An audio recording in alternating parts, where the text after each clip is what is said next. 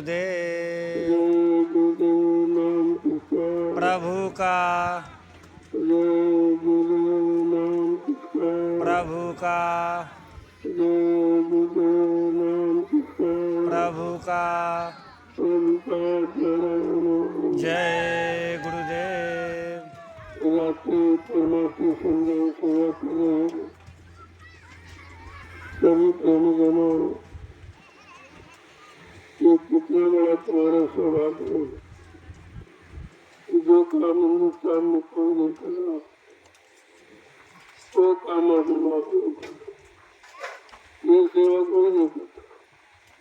परिवार बाल बच्चों की सेवा, खेती दुकान बच्चों व्यापार मजदूरी, ये तो सभी करते हैं, लेकिन परमात्मा सेवा कोई नहीं करता।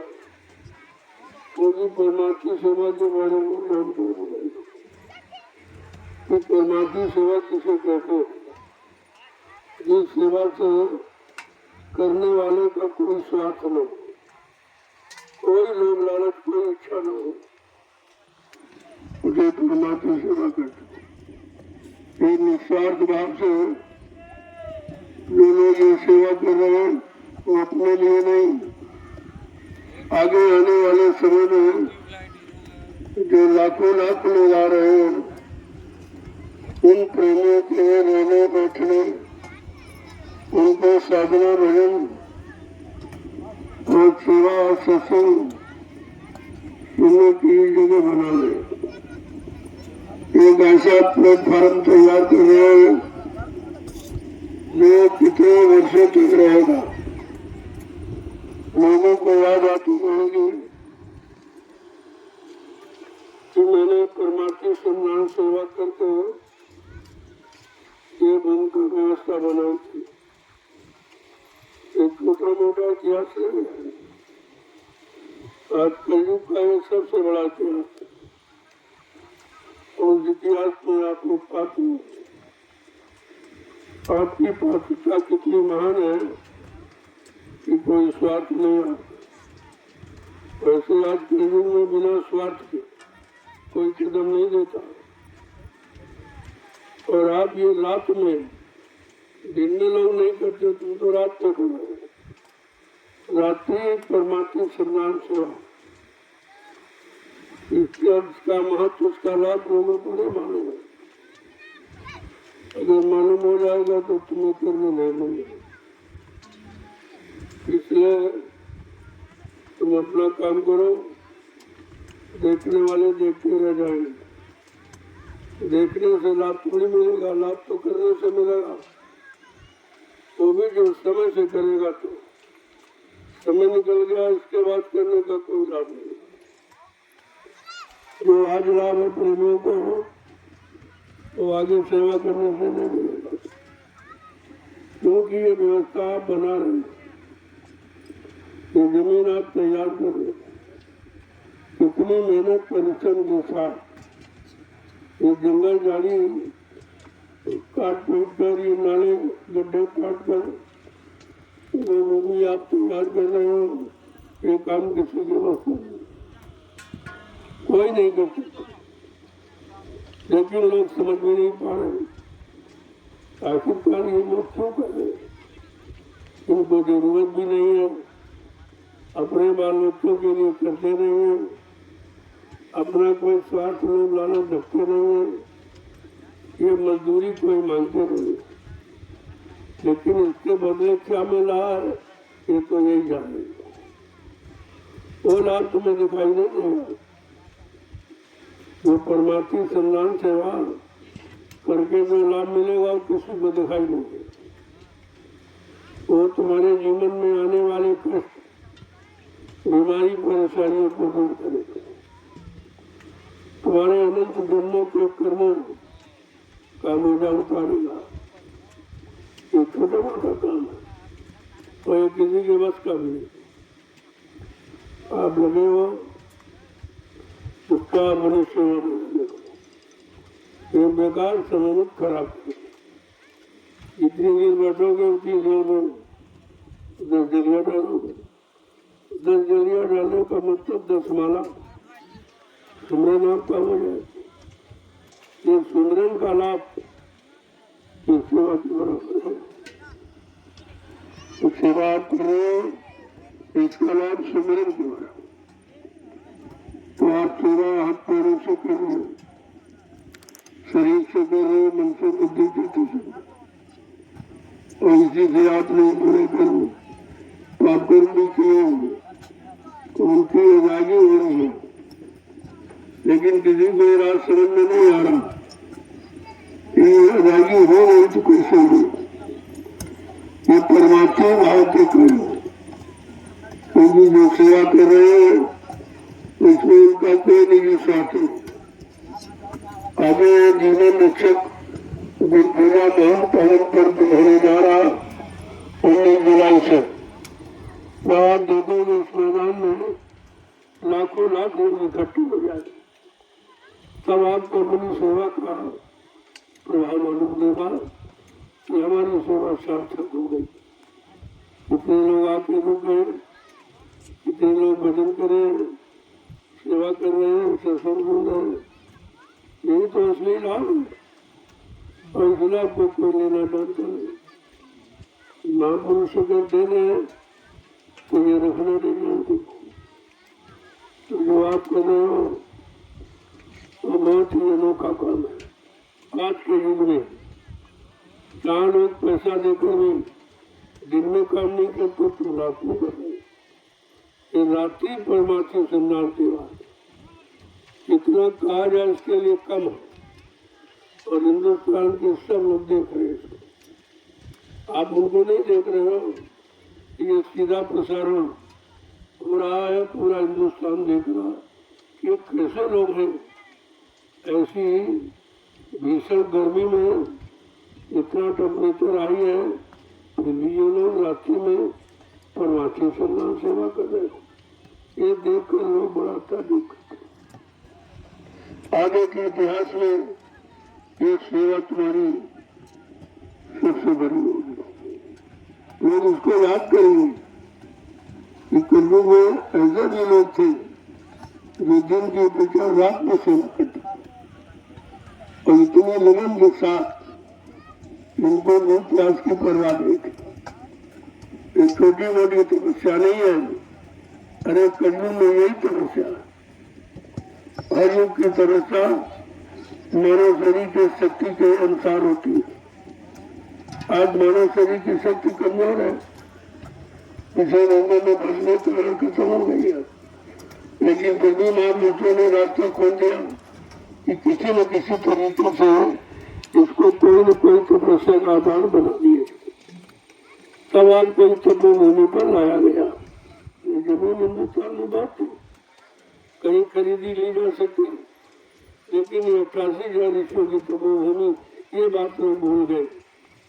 अगर ये जान जाए कि जमीन का एक इंच टुकड़ा बचेगा नहीं, लेकिन अभी इनको कुछ मालूम नहीं। यद्यप रामचरितमानस 550 वर्ष से इशारा कर रही है, तीरथ वर नैमिष विख्याता अति पुनीत साधक सुखदाता।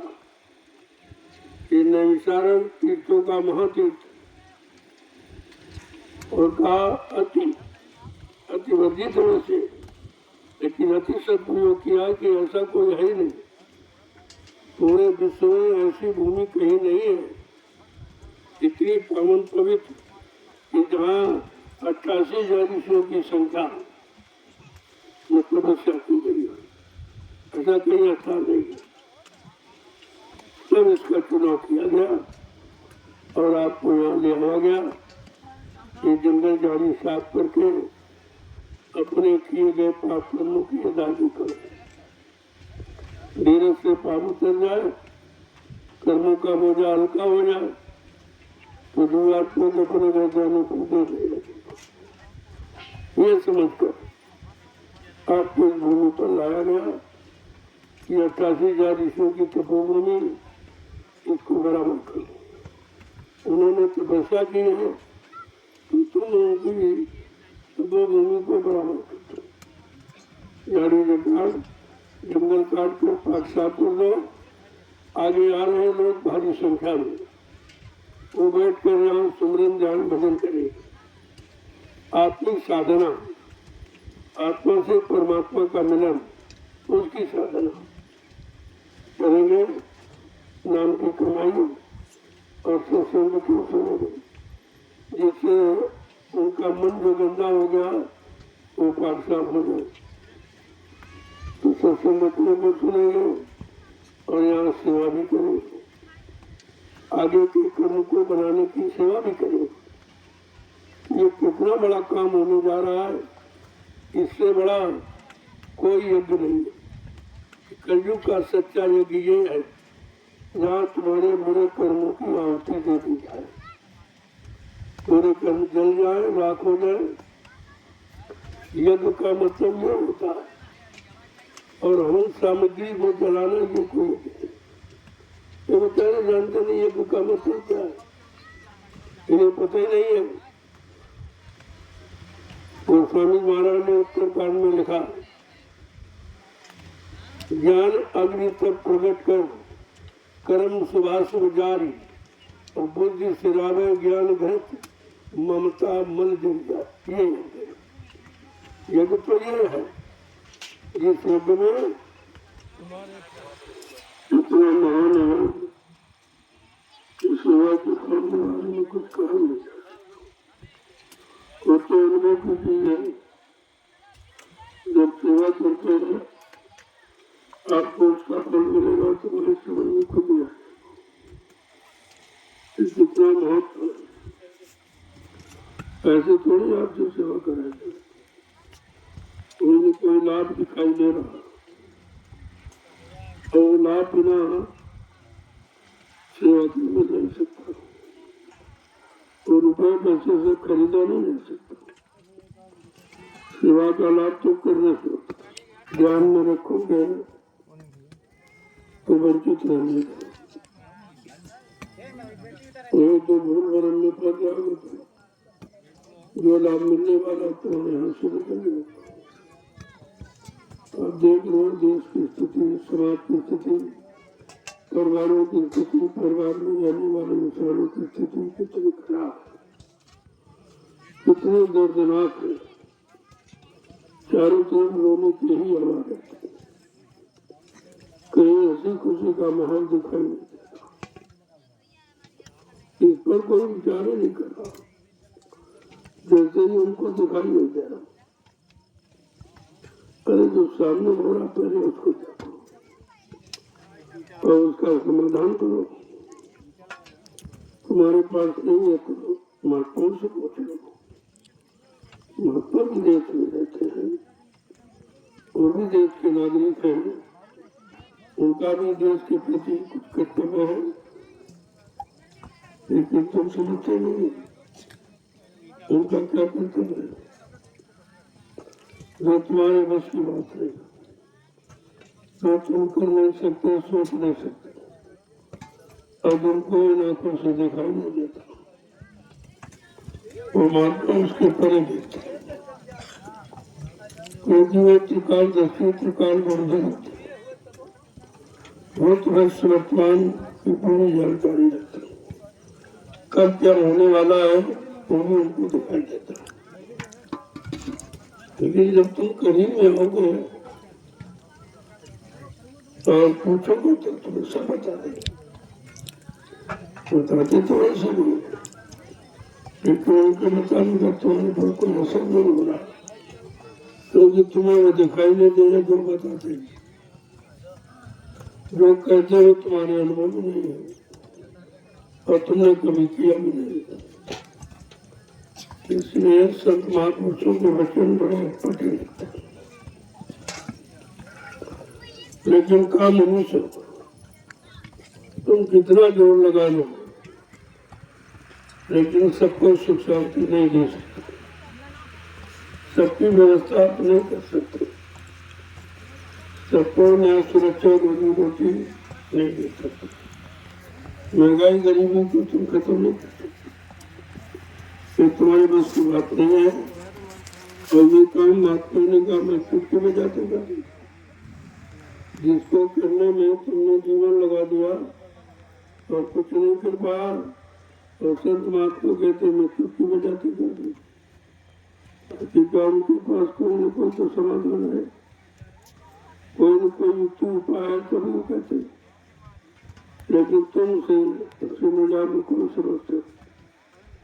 क्योंकि तुम्हारी वो आँख जिस आँख से देखते हो कहते वो आँख तुम्हारी बन गई, जिसको दिव्य ज्ञान शक्ति उतर आई तीसरी आँख कहते हो, तो बन गया। तो तुम्हें दूर से दिखाई नहीं देता, पास का भी नहीं दिखाई देता, पास का देख कर भी नहीं समझ पा रहे हो कि हमें क्या करना चाहिए, इसका परिणाम क्या होगा। क्योंकि जो अधिकार मिला है, अगर व्यक्ति अपने अधिकारों का प्रयोग न करे तो सजा पाने का अधिकारी होता है। अब वो सजा कैसी होगी, ये तो जब उस पर बीतेगी तो उसकी समझ में आ जाएगा। इसलिए राजा के लिए तो विशेष संदेश निर्देश है कि जा सुराज प्रजा दुखारी, सो न पवस नरक अधिकारी। जिसके राज में अगर प्रजा दुखी है वो राजा नरक में जाता है। क्या ये लोग इस पर विचार कर रहे हैं? आज राज्य में रहने वाले लोग रो रहे, चिल्ला रहे, हर तरफ से परेशान है, लेकिन कोई सुनने वाला नहीं। तुमको अधिकार मिला है प्रजा की सेवा, प्रजा के दुख तकलीफों को दूर करने का, और तुम कर कुछ नहीं पा रहे हो। तो कम से कम कानून विधान जो कुदरत का बना उसको तो पढ़ो। कुदरत का कानून कहता है, जात सुराज प्रजा दुखारी, सो न पवस नरक अधिकारी। बड़े साफ शब्दों में, जिसके तहत जो लोग रह रहे हैं, अगर वो दुखी है, परेशान है, कष्ट में, तकलीफ में, मुसीबत में है, तो ये दोष वो जिम्मेदार पर लगे। चाहे देश का राष्ट्रपति प्रधानमंत्री हो, चाहे प्रदेश का मुख्यमंत्री हो, चाहे जिले का डीएम हो, और चाहे मतलब यानी तहसील का तहसीलदार, और ब्लॉक का ब्लॉक अध्यक्ष, ग्राम का प्रधान, या घर परिवार का मालिक, मुखिया, वो सब पर एक ही नियम लागू, जिसके तहत जितने लोग रह रहे हैं, अगर वो उसके राज्य की व्यवस्था में परेशान और दुखी, तकलीफ, मुसीबत में है, तो ये अपराध वो जिम्मेदार पर लगेगा। इसको शायद ये लोग सोचते ही कुछ, इनकी समझ में नहीं आया। ये संतों के वचन है जो रामचरितमानस के उत्तरकांड में लिखा, यानी उन्होंने सबके प्रश्नों का उत्तर दिया। तुम्हारा कोई भी प्रश्न जीवन का हो और कोई जीवन की समस्या हो, सबका समाधान, सबका उत्तर है। अगर उसी को पढ़ लेते तो आपकी समझ में आ जाता कि हमारे पर जो शासन कर रहे हैं वो लोग ध्यान क्यों नहीं देते, उनकी बुद्धि उधर क्यों नहीं जाती, क्योंकि उनके वश का नहीं। बिगाड़ तो उन्होंने डाला, लेकिन अब संभाल नहीं सकते, संभालने का मुझके वश का नहीं। तो महात्मा ने कहा भाई तुम्हारी वश का नहीं, तो देश में महात्मा ने तुमसे कहा बोलो, मुझसे पूछ लो, कोई न कोई उपाय वो जरूर बताएंगे। जो उपाय बतावे वो महात्मा है। दाढ़ी बाल, लाल पीला कपड़ा ही महात्मा नहीं। महान आत्मा वही है जो दुखी आत्माओं को सुख शांति प्रदान करे, उन दुखी आत्माओं के अंदर प्रेम, सेवा, श्रद्धा भाव पैदा करे, उसको महात्मा कहते। और तुम्हारे पास पहचान के बलदारी मांगते, इसीलिए तुम भ्रमित हो गए, इसीलिए तुम शंका से मौन ब्रह्म में रह गए। समझने की कोशिश करो, जब करीब में आओगे तो अच्छे सच्चे की पहचान हो जाए। सच्चा संत कौन है, सच्चा महात्मा कौन है, सच्चा गुरु सदगुरु कौन है, ये सब समझ में आ जाएगा। लेकिन करीब में नहीं आओगे तो तुम पहचान कैसे करो? पहचान है उनके द्वारा किए गए कर्मों, उनके द्वारा बनाई व्यवस्था जो सबके हित में सबको लाभ देने वाली, जब देखोगे तो आपकी समझ में सब आ जाएगी, वैसे तो कुछ नहीं आएगा। इसलिए बड़ी सावधानी के साथ ये कलयुग है, ये किसी को नहीं छोड़ेगा। कलयुग घेरे चारों ओर, मनवा की हुक्म हो, चारों तरफ कलयुग में घेराबंदी कर दी। तुम किधर भाग के जाओगे, उसने सारे रास्ते बंद कर रखे, और कलयुग के द्वारा बंद किए रास्तों को संत महापुरुषों के सिवा कोई खोल नहीं सकता। उसकी जानकारी किसी को है ही नहीं कि वो रास्ते कौन है और कैसे बंद किए गए, कैसे खोले जाए। इसीलिए भारत देश में संत महापुरुषों की आवश्यकता, सच्चे गुरु सदगुरु की आवश्यकता, सच्चे मार्गदर्शक की आवश्यकता। अगर ये मिल जाएंगे तो आपका जीवन सुखमय शांतिमय हो जाएगा, और ये नहीं मिलेगी तो कुछ नहीं। और आप देख रहे हो, तुमको सब मिले लेकिन सुख शांति नहीं मिलेगी। तो प्रधानमंत्री मिला, राष्ट्रपति, मुख्यमंत्री सब मिला, लेकिन सुख शांति नहीं मिला, सुकून आपको नहीं मिला, आपको न्याय सुरक्षा नहीं मिली, रोजी रोटी की व्यवस्था आपकी हल नहीं हुई, तो जो होना चाहिए वो तो हुआ नहीं। तो इनके मिलने का मतलब क्या? मिलेगा तो हमको सुख शांति मिला दे, सुख शांति दे दे, हमको अपने जीवन में सच्चाई ईमानदारी सिखा दे, और हम सब लोग पारस्परिक प्रेम प्यार मोहब्बत में रहते एक दूसरे के काम आए, एक दूसरे की सेवा करें। न कोई जाति न पाति, न कोई विका न फिरका, न हिंदू न मुसलमान, ये कुछ नहीं। यही बखेड़ा है, इसी बखेड़े को खड़ा करके तुमको सच्चाई से दूर कर दिया गया। अब तुमको समझने का मौका ही नहीं दिया जा रहा। कहीं जाति में फंसा दिया, कहीं धर्म में फंसा दिया, झूठे नकली झूठे धर्म में फंसा दिया। क्योंकि धर्म तो धारे थी, धर्म तो धारण का विषय है, धर्म कोई दिखावा का विषय तो है नहीं कि कोई पत्थर कागज के अंदर धर्म है, कोई हिसाब किताब धर्म है, ऐसा कुछ है। इसी बात को तो समझने की जरूरत है। पहली बात तो कोई बताने वाला नहीं, जो बताने वाले उनकी आप सुनोगे नहीं, और जिन्होंने कुछ जाना नहीं, कुछ किया ही नहीं, तो क्या बताएंगे? अपने जीवन को सुखमय शांति में नहीं बना पाए तो देश समाज को क्या दे सकते हैं? यही बात तो आपको समझनी चाहिए। जो अपने लिए नहीं कुछ कर पाया, अपना सुधार नहीं कर पाया, अपने में सुख शांति नहीं ला पाया, तो तुम्हारे में क्या रहेगा? जब तक इस बात को नहीं समझोगे तब तक आपको परेशानियों का सामना करना पड़ेगा, और ये तो एक दिन आपको समझना पड़ेगा, क्योंकि ये समय बदलने जा रहा। आवाज लग गई कि कलयुग में कलयुग जाएगा और कलयुग में सतयुग आएगा। इस बात पर अभी तक किसी ने नहीं विचार किया, न राजा न प्रजा, न अधिकारी न कर्मचारी, कोई नहीं, किसी की समझ में नहीं आया, क्योंकि ये संत महापुरुषों के वचन हैं। ये जिन्होंने अपनी दिव्य दृष्टि और दिव्य कान से देखा सुना, ये उनकी बात है। और तुम्हारा तुम दिव्य दृष्टि हो नहीं, तुम्हारी आत्मा का दिव्य आंख और दिव्य कान को खोला नहीं, तो तुम आत्मा की बात कैसे समझ? समझ नहीं आपकी आएगी।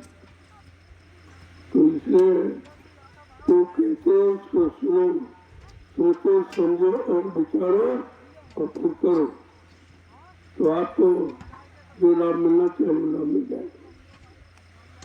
मैंने समय समय पर हर मोड़ पर आपको सचेत किया, चाहे राजनीति में हो, चाहे धार्मिक पारिवारिक कोई मोड़ हो, सब पर आपको सचेत किया गया और आपको जानकारी दी ताकि आप आगे आने वाले समय में ये नहीं कह सके कोई अच्छी सच्ची बात बताने वाला था ही नहीं, कोई न्याय की बात, सच्चाई की बात, ईमानदारी की बात कोई बताने वाला था नहीं, कोई मानव का अच्छा खान पान जिससे अच्छे विचार बनते हैं, विचारों से अच्छे कर्म होते हैं, अच्छे खान पान की बात नहीं किसी की। तो मैं लगातार शाकाहारी बनने का संदेश देता हूँ, इसमें कुछ लिया नहीं जाता। मैं जो भी प्रचार या प्रसारण करता है तो पैसे लेता, रिजर्व किराए देते, अरे किराए से धर्म नहीं आएगा।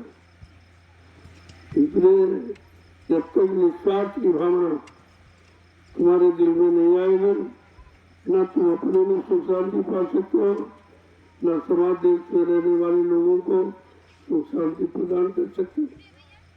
ये काम तुमने करते और इसीलिए आज कुछ हो नहीं रहा। तो आदमी अपने को देखते नहीं है कि हम कहाँ हैं, हम क्या कर रहे हैं, हमें क्या करना चाहिए, हमारा मूल कर्तव्य कर्म क्या है, कुछ नहीं सोचा। तो ऐसे अंधानुकरण करके आप कर ही कर सकते हो। तो दिनों दिन तबाही बढ़ी जा रही है, कहीं शांति ढूंढे नहीं मिल रही है, हर्ष की नदी हर तरफ बढ़ रही है, न राजा को शांति न रही तो शांति। ये शासन व्यवस्था कहाँ जा रही है, कहीं शांति ढूंढे नहीं मिल रही। कितनी बड़ी बात, महात्माओं ने इशारे में सब कुछ आपको बता दिया। कहते हैं चाहे धर्म का काम या राष्ट्र का, सबों में तो वो स्वार्थ किया है। स्वार्थ आगे है, काम पीछे। जब काम आगे होगा तो स्वार्थ तो अपने आप हल हो जाएगा। बिल्कुल उल्टी प्रवृत्ति है तुम्हारी, काम को आगे करो और स्वार्थ और लाभ लालच तो तुम्हारा हल हो जाएगा। तो ये काम तो करो, लेकिन काम करना नहीं चाहता, स्वार्थ पहले सोचता, लाभ पहले सोचता है।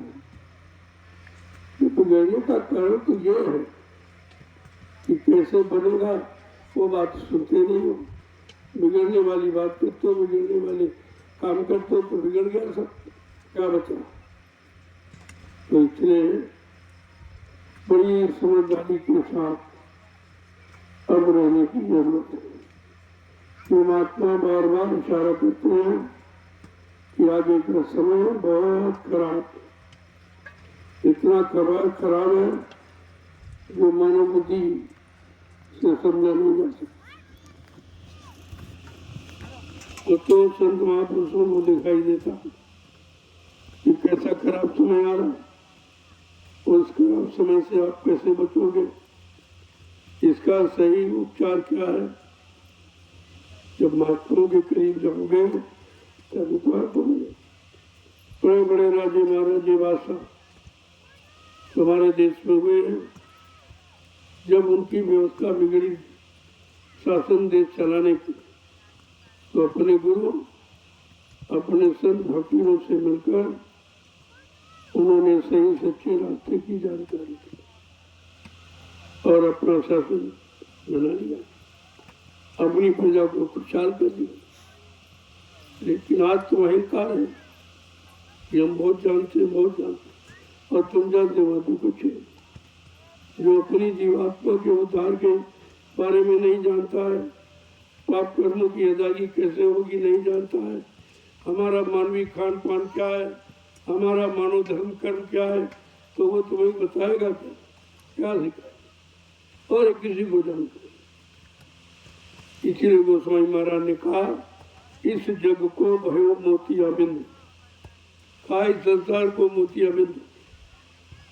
मोतियाबिंद हो जाता तो आँख से दिखाई नहीं देता, इसी तरह ये मोतियाबिंद हो गया। अभी बगैर ऑपरेशन के ठीक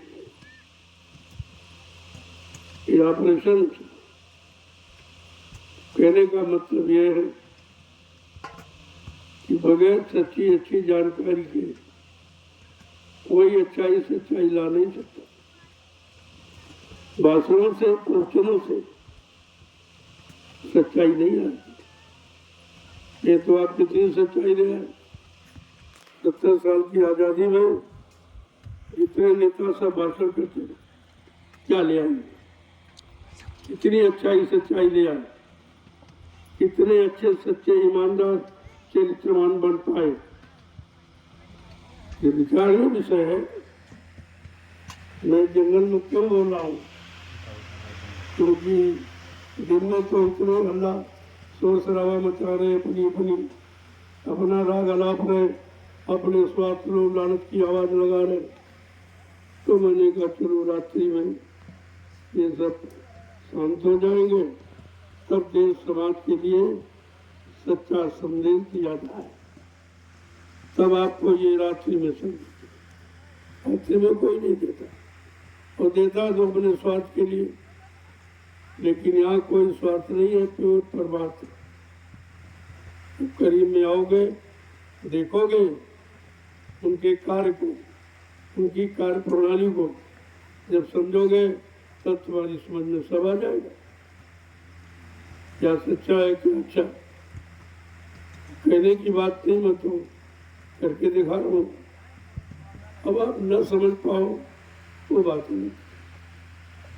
यहाँ जितनी भी जमीन बिना पैसे के मैं नहीं लेता। मैं दान मान दक्षिणा नहीं, मैं मुफ्त पे नहीं, जबरदस्ती नहीं, पैसा देता। और लोगों की राजी, वो खुद आते हैं, कहते हैं कि हमारी जमीन है।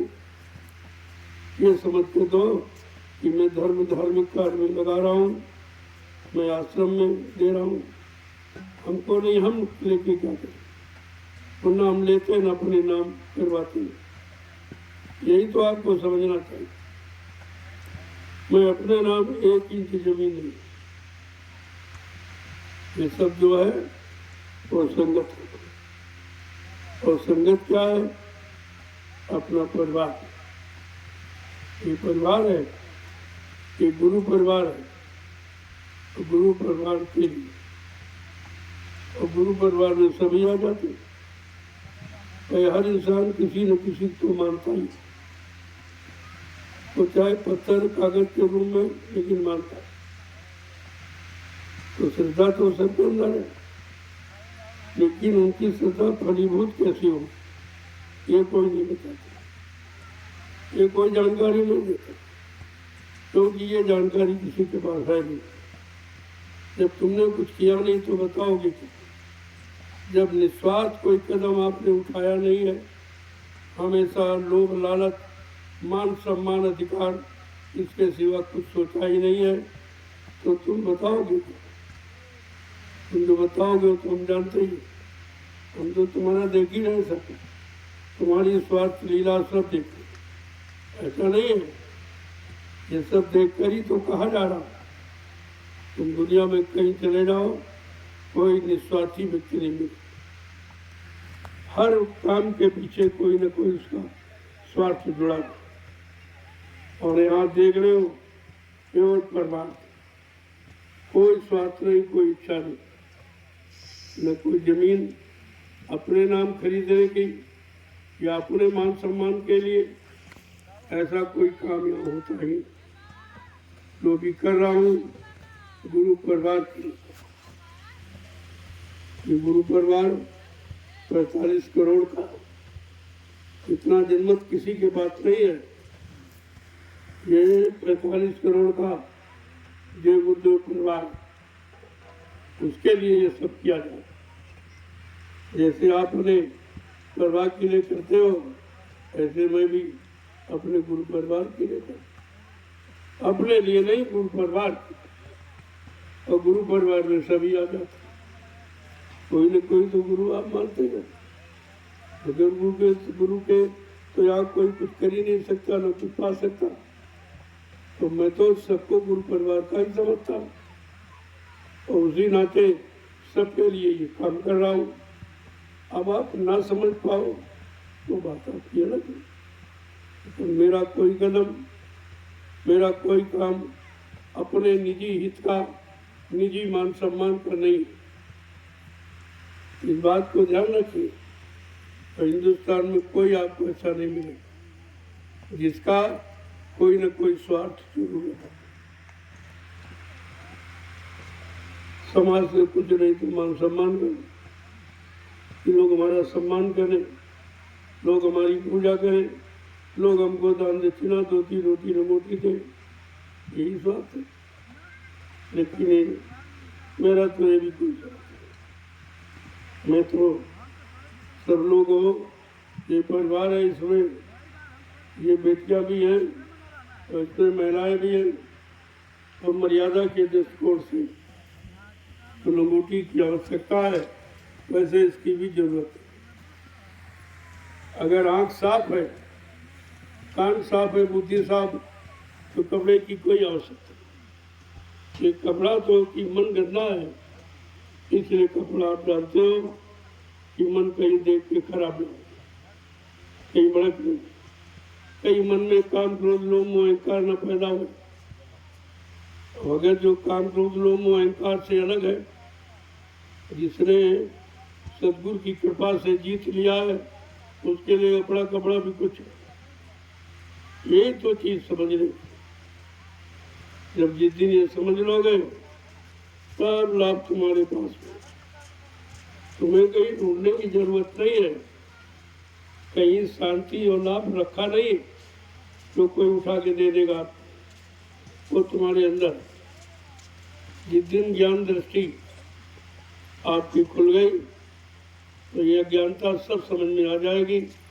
और अज्ञानता के कारण पर्दा है, अज्ञानता के कारण भूल भ्रम है, अज्ञानता के कारण ही जो भी आप भूल भटक रहे हो तो अज्ञानता की तो समझने का प्रयास।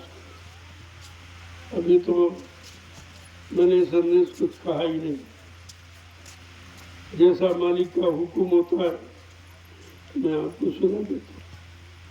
मेरा इसमें कुछ नहीं है, ना मैं कुछ जानता हूँ, बस उन्हीं की दया, उनकी दया। पहले मैं कहा था जिस मनुष्य पोल पर हमारी दया हो जाए उसी पोल से तुमको मेरा सब कुछ मिल जाएगा। दया है, एहसास है, प्रेम है, प्रतीत है, श्रद्धा है, सेवा है, सब आपको मिल जाएगा। इसलिए विचार कर जब कोई काम करोगे तो जल्दी समझ लो। और ऐसे अगर किसी की सुन के और अनुकरण करके मतलब यानी तो कुछ भी नहीं मिलेगा। जय गुरुदेव, जय गुरुदेव, जय गुरुदेव, जय गुरुदेव। जय गुरुदेव। नाम किसका? प्रभु का। जय गुरुदेव। नाम किसका? प्रभु का। प्रभु का प्यारा नाम। जय गुरुदेव। इतनी तेज से इस कलयुग में जगाए प्रभु नाम को बोलो। यहाँ रहने वाले जितने जीव वायुमंडल सब के कान साफ हो, सबको इस नाम का लाभ मिल रहा है, क्योंकि नाम ही काम करता। जब तक समय का नाम आपको नहीं मिलेगा तो तुम्हारा समय यानी कलयुग का काम कोई कर ही नहीं सकता। प्रेम से बोलो जय गुरुदेव। सब मिल बोलो जय गुरुदेव। बोलना होगा। जय गुरुदेव। अभी से बोलो जय गुरुदेव। दुख दर्द हरेंगे, जय गुरुदेव। सब कष्ट मिटेंगे, जय गुरुदेव। सुख शांति भी देंगे। जय गुरुदेव। सबके दाता, जय गुरुदेव। सबके मालिक। जय गुरुदेव। प्रेम से बोलो जय गुरुदेव। ये नाम नहीं इंसान का, यह नाम है प्रभु का, ये काम नहीं इंसान का, यह काम है प्रभु का। ये कोई जय घोष बिल्कुल अनोखा, ऐसा कोई नहीं कहता। और इसमें कोई स्वार्थ नहीं, इसमें किसी की निंदा आलोचना बुराई नहीं। ये सब धर्मों का सम्मान, सारे गुरुओं का सम्मान। ये गुरुदेव का मतलब जितने गुरु हैं उनकी जय, और जितने आए थे उनकी जय, और जितने आगे आएंगे सबकी जय। ये तो नाम ही ऐसा जिसकी मां निंदा आलोचना की बात है। अब तुम समझ ही नहीं पा रहे तो बात है, तुम गुरु शब्द की परिभाषा नहीं जानते। गुरु कोई आदमी इंसान का नाम नहीं होता।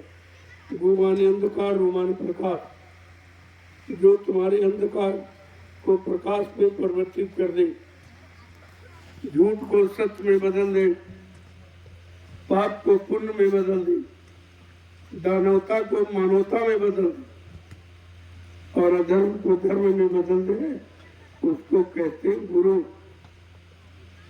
गुरु कोई गाड़ी जकारी में छिप कर बैठ जाए, गुरु थोड़ी माना। अरे तुम परमानंद के कारण साधु नरासरी, तुम परमार्थ समाज दे धर्मित आए हो, तो छिपे लुके बैठोगे कैसे का? ये कलयुग में नहीं है, ये अन्य युगों में था, सतयुग था। लोग जंगल चले जाते थे अपने निजी स्वार्थ के, लेकिन आज कलयुग में ये विधान नहीं है। कलयुग में आज तरो औरों को तारो, आज जगो लोगों को जगाओ, तुम सत्य रास्ते पर चलो, लोगों को चलना सिखाओ। कलयुग में यह धर्म है। तो ये पुराने की कोई नकल करोगे तो कुदरत बहुत मार लगाएगी। ये बात कान खोल के सुन लो, कुदरत बहुत मार लगाएगी, क्योंकि तुमको अधिकार कलयुग में मानव जीवन का मिला है, सतयुग त्रेता में नहीं। इसलिए कलयुग की साधना करो, कलयुग के जगह नाम का स्मरण करो, आपका काम हो जाएगा। और जिद और हट करके कुछ करोगे तो कुछ नहीं मिलेगा, और जीवन व्यर्थ में आपको चला जाए। अब देखो और समय बड़ी मेहनत परिश्रम आपने किया, और ये भी दिखा दिया कि तत्काल व्यवस्था बदली जा सकती है। जैसे 1 मिनट में आप उधर थे इधर आ गए, 1 मिनट में व्यवस्था बन गई, आपसे हो गई। तो मैं बराबर कहता रहता हूँ, हमेशा तैयार हूँ, कब क्या बदल दिया जाए, कौन सा आसन आपको दे दिया जाए कि पीठ पीछे घूम। एकदम नहीं, किधर जा रहे थे तब बोला गया पीठ पीछे घूम, तो बिल्कुल बदल। आज वही आपके सामने रखा गया। देखे कितने लोग आदेश का पालन करते हैं, कितने लोगों को आदेश चाहिए, जगह नहीं तो जगह कहीं हो, सेवा कहीं हो, उनका इससे मतलब नहीं है। उनका मतलब है आदेश पालन से। जब जिसका आदेश पालन करोगे तो उससे तुम दया जबरदस्ती ले सकते, आपका अधिकार बन जाता। और कर्म को कोई मेट नहीं सकता, और कर्म का फल कोई खत्म नहीं कर सकता। तो मैंने देखा प्रेमियों में कितनी लगन फट से वहाँ से उठे यहाँ आ गए, तो मैं भी आप ही के साथ आ। ऐसा नहीं मैं कोई बैठ गया, कोई सोने खाने में लग गया, नहीं। तुमसे बाद में सोता हूँ, बाद में खाता। ये हमेशा ध्यान में, मैं भोजन सबको खिला के खाता, और नींद सबको सुला के सोता, और कोई मेरा स्वार्थ नहीं, कोई आमान सामान, कोई धन दौलत, इसकी कोई इच्छा नहीं। अगर ये इच्छा आ जाएगी उस दिन परमार्थ सब समाप्त हो जाए। ध्यान में रखिएगा। और दूसरा जानते हैं पूरा हिंदुस्तान कि मैं झोपड़ी में रहता हूँ। झोपड़ी मेरी पहचान है। यद्यप आश्रमों का निर्माण किया मैं, एक नहीं 5-5, 6-6 आश्रम, और सब में प्रेमी रहते हैं, लेकिन मैं झोपड़ी में रहता हूँ। कभी इधर, कभी उधर, कभी उधर, कभी उधर। अब कहाँ चला जाऊं कोई जानकारी, इधर मुड़ जाऊं कोई जानकारी। इसलिए आप चलने के लिए तैयार हमेशा। कब क्या कह दिया जाए, कितने वक्त, ये मत सोचो कि वहाँ के लिए कहा गया, वहाँ क्यों नहीं गया। अरे वहाँ के लिए क्यों कहा गया, तो काम पूरा हो गया। तो मैं क्या मानूं, किस काम के लिए आदेश सुना था, वो काम पूरा हो गया आपके द्वारा, आपको सेवा मिल गई, तो तुम समझो हमारा काम हो गया। इस चक्कर में मत रहो कि कब क्या कहा जा रहा है, उसको समझने की कोशिश करो। आदेश जब भी दिया जाएगा जहाँ पर आपका कर्म कर जा बाकी होगा, वही के लिए आदेश होगा। बाकी ये इट्टी मिट्टी कुछ नहीं है, ये तो तुम्हारे कर्म करने की अदायगी है। मिट्टी तो आज यहाँ उठाओगे, कड़वा डालोगे, वो डाली हुई मैं फिर उठाऊंगा, यहाँ डालूंगा। क्यों? जो लोग कर रहे हैं इनका कर्म कर्जा उतर रहा, जो आगे आएंगे उनका कर्म कर्जा उतरेगा। तुम्हारा वहाँ डालने का, उनका वहाँ से उठा कर फिर यहाँ डालने का, ये सब किया जाता है। ये गोरख धंधा रखा जाता है कि बगैर गोरख धंधे के, जो तुमने गोरख धंधा करके जो इकट्ठा किया है पाप कर्मों की का ढेर, वो तुम्हारा कैसे हटाओ, ये उसके लिए सब किया जाए। यहाँ बनाओ बिगाड़ मत सोचो, अपना अपना कर्म कर जाओ, उतारो और घर की तैयारी कर ले। तुमको यहाँ कौन रहना, जब यहाँ रहना नहीं तो भी किसके लिए। तो इसलिए आपको तो रहना घर चला, और जिन लोगों को रहना कि हम सचिव देखेंगे, तो सचिव तो भाई धरती पर आएगा। तो सचिव देखने की इच्छा अगर है तो आपको धरती पर रहना पड़ेगा, बार बार जन्म लेना पड़ेगा, आना पड़ेगा।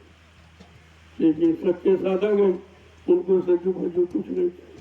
वो तो कह रहे कलयुग अच्छा, जब तक कलयुग रहेगा महापुरुष रहेंगे, तो उनका अभियान है कलयुग को भगाना, सचिव को ले आना। जब कलयुग चला जाएगा तो भी चले जाएंगे। इसीलिए कहा जाता कि सतयुग तो आएगा, लेकिन सतयुग आने पर तुमको अपनी पूरी वस्तु खोनी पड़ेगी, फिर वो चले जाए, उनका कार्य पूरा हो जाएगा, सतयुग लाने का चले जाए। उनको भी कहो यहाँ रहना किसी को नाम को नाम, लेकिन काम करके जाना। ऐसे जो काम दिया गया या जो आदेश दिया जा रहा, जो पालन करा रहे, करने की क्षमता नहीं है, वो तो उनकी दया से हो रहा। वो दया के नीचे आप भी हो, हम भी क्या का पालन। जय गुरुदेव, जय गुरुदेव। और धीरे धीरे आप लोग इस सेवा का प्रसाद, क्योंकि सेवा करने के बाद जो प्रसाद लिया जाता वो दुआ और दया और दवा का काम करता है। दुआ, दया, दवा, तो तीनों का काम करता है। इसलिए आपसे कहा रहा कुछ न कुछ सेवा कर बोले को प्रसाद, तो मतलब यानी आपको दया मिल जाए। और ऐसे बैठे बैठे आए कि बटरा ले ले, उसका कोई लाभ नहीं मिलेगा। दिया तो जाएगा आपको, लेकिन लाभ सेवा करने के बाद वो भी दवा का काम, दुआ का काम, दया का काम करेगा। जय गुरुदेव, जय गुरुदेव। कल एक पर्व है जो आपकी गाड़ी कमाई से दयाल बाग खरीदा गया। मैंने नहीं खरीदा, आपने। मेरे पास तो कुछ है नहीं, मोटी की सेवा पैसा आपका है।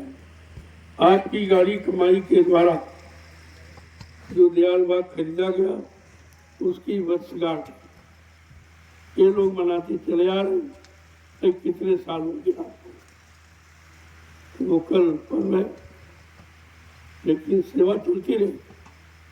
सेवा तो असली लाभ है, और सेवा के लिए तो सब व्यवस्था की, तो भी आपका फंक्शन भी हो जाएगा, मनोरंजन भी हो जाएगा, ताकि आपको याद रहे कि हमने 2 साल हो गए कि दयाल बाग को अपनी गाड़ी कमाई से खरीदा।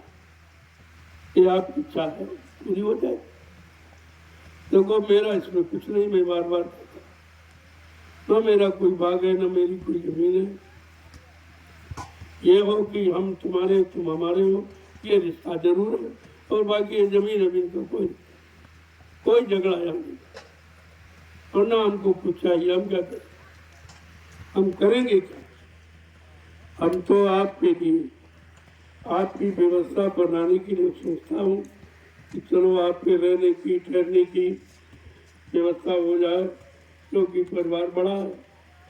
जब परिवार बड़ा होता है तो जमीन ज़्यादा चाहिए भाई, रहने के लिए मकान ज़्यादा चाहिए। अभी तो कुछ भी नहीं हुआ। 45 करोड़ जब ये गुरुदेव परिवार है हिंदुस्तान में, तो उस नाते तो अभी कुछ भी नहीं है। तो देखने वाले के लिए बाबा बहुत जमीन, अरे बाबा बात तो एक इंच जमीन नहीं, कुछ ही नहीं, ना एक पैसा है, ना एक इंच जमीन है, ना मेरा कोई खाता बैंक बैलेंस कुछ भी नहीं। जो है मैं आपके सामने जैसा बैठा हूँ, बस इतना ये भी कपड़े आप लोग देते तो पैसे देते, ये कपड़े आपके और एक रोटी, मैं दिन में 5 बजे एक, बस इतना खर्चा। तो जो हमारा खर्चा नहीं तो हम लेके करेंगे। जो आप देते हो आपकी सुविधा के लिए ये व्यवस्था बना दी गई कि आप आओगे, कहाँ रुकोगे, कहाँ ठहरोगे, तो आप ही सेवा देते हो, आप ही सेवा करते हो। मेरा सुबह क्या, मैं क्यों कहूँ कि मेरा है, मेरा मेरा ये है जो आदेश मालिक का हुआ है, उसमें लगा हूँ किसी तरह पूरा हो जाएगा। और आप लोगों से उसी आदेश पूरा करने की प्रार्थना करता रहता हूँ। ये तो बार लोगों के दिमाग से निकल जानी चाहिए कि मेरा किधर भी बाबा को बहुत जमीन चाहिए। अरे बहुत बात तो एक इंच भी जमीन नहीं, आके देखो तो रिकॉर्ड, इतनी जमीन लोगों की इच्छा से ग्रामवासियों ने अपनी इच्छा व्यक्त की, हमसे कहा, तो हमने कहा अच्छी बात है, तुम आश्रम के लिए दो, हमको नहीं चाहिए, ना मैं अपने लिए लूंगा, मैं आश्रम के लिए एक धार्मिक कार्य के लिए, और जो भी कार्य इस जमीन पर होगा आपके बाल बच्चे परिवार के लोग उसका प्रयोग करेंगे। मैं कोई जमीन उठा के ले जाऊंगा, और तुम समझी नहीं पा रहे कि जमीन भी तुम्हारी अच्छे काम में लगा रहा हूँ। जो जंगल पड़ा हुआ है, जो नाले ऊपर खाबर, जिसको ठीक करना तुम्हारी बस की बात नहीं है, सरकार भी नहीं के लेवल करा पाई, वो काम आपका हो रहा है। तो एक अच्छे काम में लग रही जमीन है, और आपको पैसा देता हूँ, इस पैसे से अपने बाल बच्चों की व्यवस्था बना लो। मैं नुकसान किसका करता हूँ, लेकिन तुम समझी नहीं पा रहे। पैसा देकर मुफ्त में, दान में नहीं, पैसा जबरदस्ती नहीं। मैंने सब रिकॉर्ड तहसील से निकलवा लिया है कि मेरी कितनी जमीन कहाँ कहाँ है। अब मैं वो जमीन को निकाल रहा हूँ। तुम कहते बाबा तुम्हारी जमीन ले, फिर तुम्हारी लेके क्या करें, हमारे पास तो जमीन है कि तुम्हारी नहीं। अब तुम 20 साल से कब्जा किए हो, यही कौन कम है कि मैं उस पर ये कार्रवाई नहीं करता हूँ कि 20 साल से आपने जमीन पर कब्जा किया है तो इसका हर्जा आपको देना पड़ेगा। ये वन विभाग की तरफ से अगर एक एप्लीकेशन दे दूँ तो तुम्हारा घर द्वार सब बिक जाएगा, तुम अदा नहीं कर पाओ। 20 साल से कब्जा किए हो, और मैं मोल लेके अपनी जमीन पर कब्जा कर रहा हूँ। बाबा जी हमारी जमीन ले रहे, अरे ये भी तो सोचो। लेकिन मैं कोई ऐसा कार्य करना नहीं चाहता, जानता तो सब हूँ। ये जितना आपका जीएस है ये मैं लीज पर ले सकता हूँ सरकार से 90 साल के लिए 1 करोड़ रुपए में, ये सब ले लूँ। तो तुम कहाँ जाओगे, ये जानवर कहाँ चराओगे, किधर से निकलोगे जाओगे। तो मैं ऐसा कोई काम करने नहीं आया, लेकिन आप जब परेशान करोगे तो कोई ना कोई कदम उठाना पड़ेगा। फिर आप ये मत कहना कि हमारे लिए आपने क्या किया। वैसे मैं आपका हित कर रहा हूँ, आपका भला कर रहा हूँ। आपकी ऊपर खापड़ी जमीन जंगल लेकर उसको लेवल बना रहा हूँ, तो जमीन का उठा के मैं ले जाऊंगा कहीं। ये तो बना दूंगा तो तुम्हारे काम आए। बात तो अभी आग लगी थी, अगर ये जंगल साफ होता तो आग नहीं लगती, इतना नुकसान होता। इस बात को तो ध्यान में आप रखते नहीं हो। अगर ये जंगल सब साफ हो जाए तो सबको चिंता खत्म। कोई जानवर जंगली आ जाए तो बाल बच्चों के लिए खतरा, वो भी आग खतरा। कोई आग वगैरह लग जाए ये तो आग पूरे गांव तक पहुंच जाएगी, क्योंकि ये जंगल तुम्हारे गांव से जुड़ा हुआ, तुम्हारी नुकसान हो जाएगी। तो मैं तो तुम्हारे लाभ में लगा हूँ और तुम उस बात को समझ नहीं पाते। कोर्ट कचहरी मुकदमे के चक्कर में फंस जाओगे, लुट जाओगे, परेशान हो जाओगे, गरीबी एकदम घेर लेगी आप। ये मुकदमा ये तो सबसे बड़ा रोग है, अगर लग गया तो आप हमको उसका कोई फर्क नहीं। हमारे पास इतने प्रेमी है, क्या जीवन में चलता रहे कोई फर्क नहीं पड़ता। और तुम्हारा कुछ निकल जाएगा। इसलिए कोई ऐसा काम मत करो, किसी के सिखाने में मत हो। तो हमारा काम देखो कि कोई नुकसान का हो तो आप हमसे कहो कि हमारा नुकसान हो रहा, मैं तुरंत रास्ता बदल दूंगा। ऐसा कोई काम करता ही नहीं। और मैं ऐसे काम की इच्छा जमीन बहुत हिंदुस्तान में थी, तो हमको मोल ही लेना है कि जंगल उबड़ खाबड़ क्यों खरीदता, अच्छी प्लेन जमीन खरीदता। लेकिन इस जमीन का कुछ राज है, ये जमीन पावन पवित्र है। ये बात तुमको मालूम नहीं है कि 88,000 ऋषियों ने तपस्या की, ये तुम्हें पता ही नहीं है इसका, इसलिए सब करेगा। जय गुरुदेव, जय गुरुदेव। चलो अपने में प्रसाद ले लो, प्रसाद ले लिया। आपने मेहनत किया, परिश्रम किया, रात को कोई नहीं करता। इतनी रात में हिंदुस्तान के सारे विश्व में चले जाओ, एक काम कोई नहीं करता नजर आता। तुम छोटा मोटा समझते इसको, या कोई ये काम करा सकता? कोई राष्ट्रपति, प्रधानमंत्री, मुख्यमंत्री इस तरह से रात्रि में कोई सेवा करा सकता है? और इतने लोगों में लोगों को जंगल में एकत्र कर सकता? ये बात तो आपको समझनी चाहिए, क्योंकि आज के सामने हो रहा। मेरे पास तो करोड़ों लोग, तुम्हारे पूरे क्षेत्र की जनता जोड़ लो, उससे 10 गुना ज्यादा मेरे पास आदमी। अब सबको बुला लूं तो यहाँ जगह नहीं, इसलिए कहता हूँ भाई परिवार का एक व्यक्ति आ जाए तो दया मिलती रहेगी। तो उसी हिसाब से लोग आते जाते, कोई आ जाया चला गया, कोई कल आएगा, चला ऐसे धीरे धीरे। ये मैंने सन्मान सेवा को तो उस कार्यक्रम में बहुत बड़ी भीड़ होने वाली, तो फिर लोग कैसे टिकेंगे, कहाँ रुके? तो मैंने पहले से शुरुआत की। अब ये जो लोग सेवा करके जा रहे हैं, ये पूजा करने वाले हैं, वैसे इनका काम हो गया। मुख्य तो सेवा ही है, और यह सेवा गुरु पूर्णिमा में नहीं हो पाई, क्योंकि इतने लाख आदमी होंगे तो सेवा कैसे हो पाए भारी भीड़ में। और आपको सेवा मिले तो कर लीजिए, अपना लाभ उठा लीजिए। अब आप प्रसाद ले लीजिए। चलो कल फंक्शन भी होगा आपका, और सेवा बंद नहीं होगी, क्योंकि मुख्य लक्ष्य सेवा ही।